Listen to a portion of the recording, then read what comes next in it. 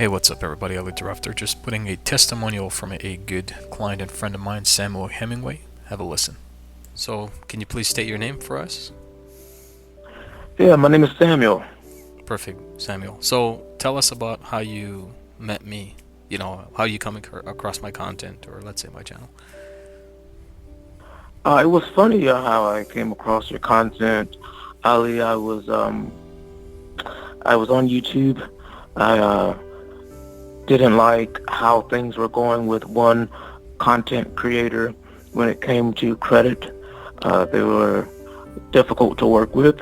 Uh, they were not responsive, and I really didn't like the results that I was getting. Hmm. And due to those circumstances, I found your content. Uh, it made sense to me. It was practical, and what I love the best is that you were very thorough and provided the reasoning behind why you do what you do. Um, and for me, I like that. I'm one of those people that hunger and thirst for knowledge. And so while you broke it down for me in your content, in your YouTube videos on credit and how to set up a good credit score and report, I just cherish that. And that's what drew me to you and made me want to reach out to your company, Best Credit Resources. I appreciate that, man. Thank you. So, I'm assuming you probably see like a lot of different content out there. It's not just mine, right? Like you have a lot of variety of different ways, that people are teaching. Oh yeah, there are tons of channels. There's a plethora of content on YouTube Yes. and Instagram and Facebook across all swath of social media that one can get a hold to, and really it can be a challenge trying to figure out, well, who's honest, who's trustworthy, who's credible. And I think that listening to your videos, it became more apparent to me where you begin to differentiate between yourself and what other content creators on credit were saying, and you were exposing how faulty other people's information was and why it would not work in the long term. And I appreciated that. For me, that established your credibility. And the more I dug into it, the more I researched, I would find that other content creators would come behind and kind of like copy exactly what you were saying, or people who were first saying the things that were not credible, changing their mind and Right. and adopting new routines and adopting new credit repair schemes. It seems like so. I think that's what really made you stand out. I appreciate that, man. And the funny thing is, I can actually hear some of my own content, but in like a voice format, and some of the people selling their courses out there, it's basically regurgitated Yeah, content. absolutely. So it's good though. It means that I'm making an impact now. That's obviously great. So what did we work on for you, if you can specify? Like, what is it that we did together here? So you took a look at my credit report, Yes. and we got together over the phone and we dialogued. We just didn't jump into it, and I like that because we talked about. We sat down and you made me do homework. You made me write out my goals. You made me visualize. I can't. I think it was called like a vision, a vision board, where I put up images of what I wanted to accomplish with my credit score, the kind of life I wanted to live, and I still have those documents saved on my laptop. And so I really enjoyed that. That really put me in the right mindset to start things off. And after we discussed our mindset and what we wanted to do, we began doing more practical things like going over the credit report, setting a plan, how you're going to attack things, and I totally left that up into your hands. Although you did give me the tools to do it on my own, I still trusted you to do it for me. Because I do have a disability. But so we started with the plan.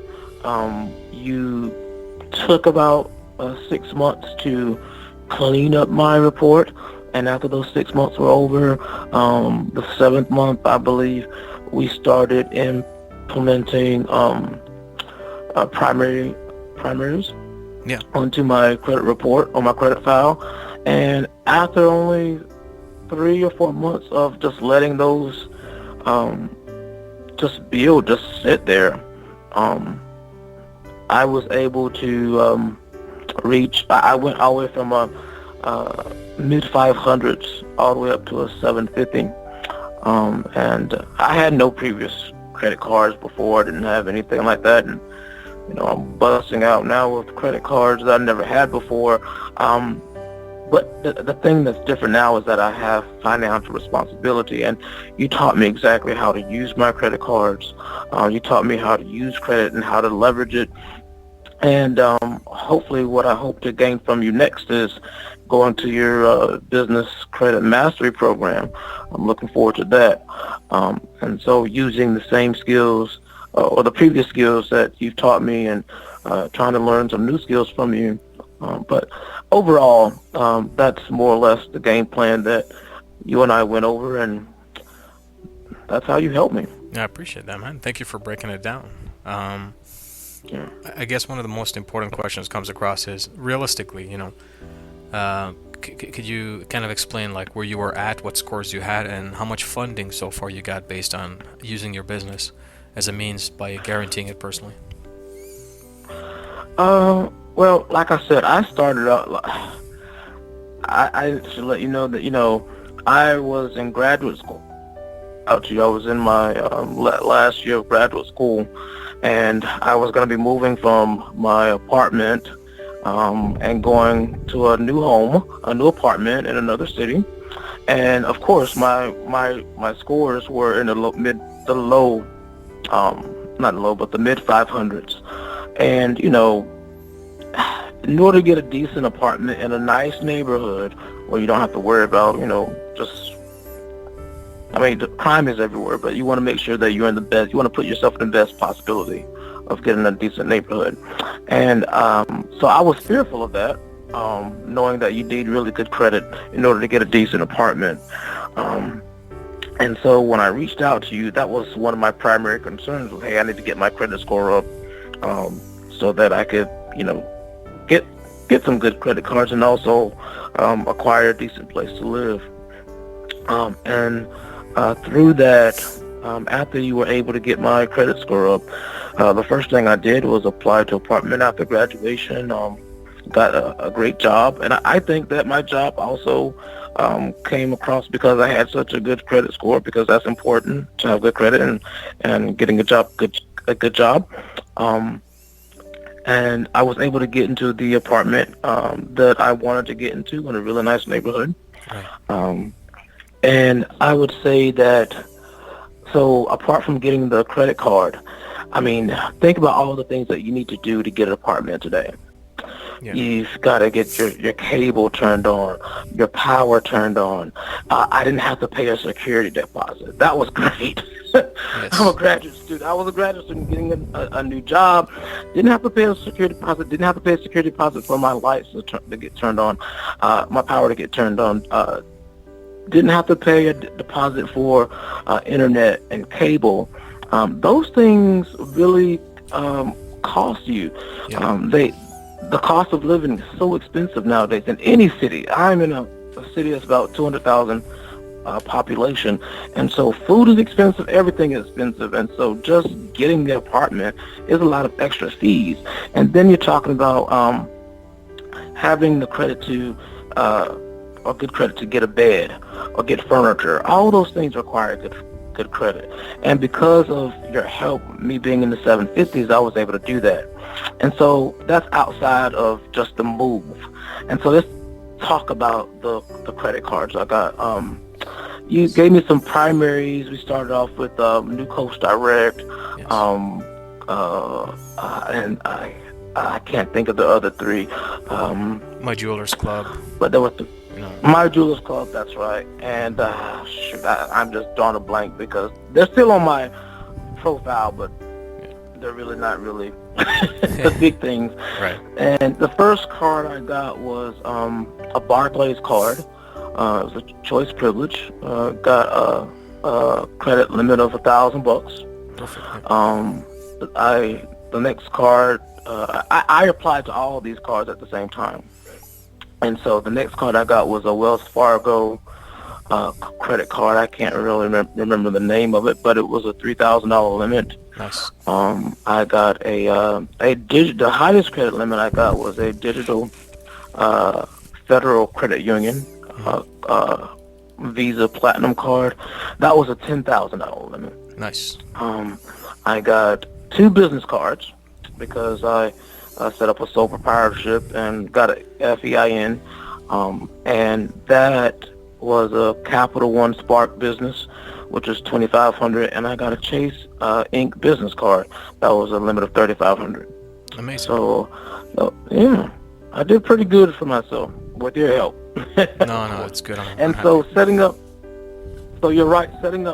my personal credit helped leverage me to get those business cards. I mean, I really, the only business information I had was just the FEIN. I didn't give no financial records, didn't turn in any bank documents.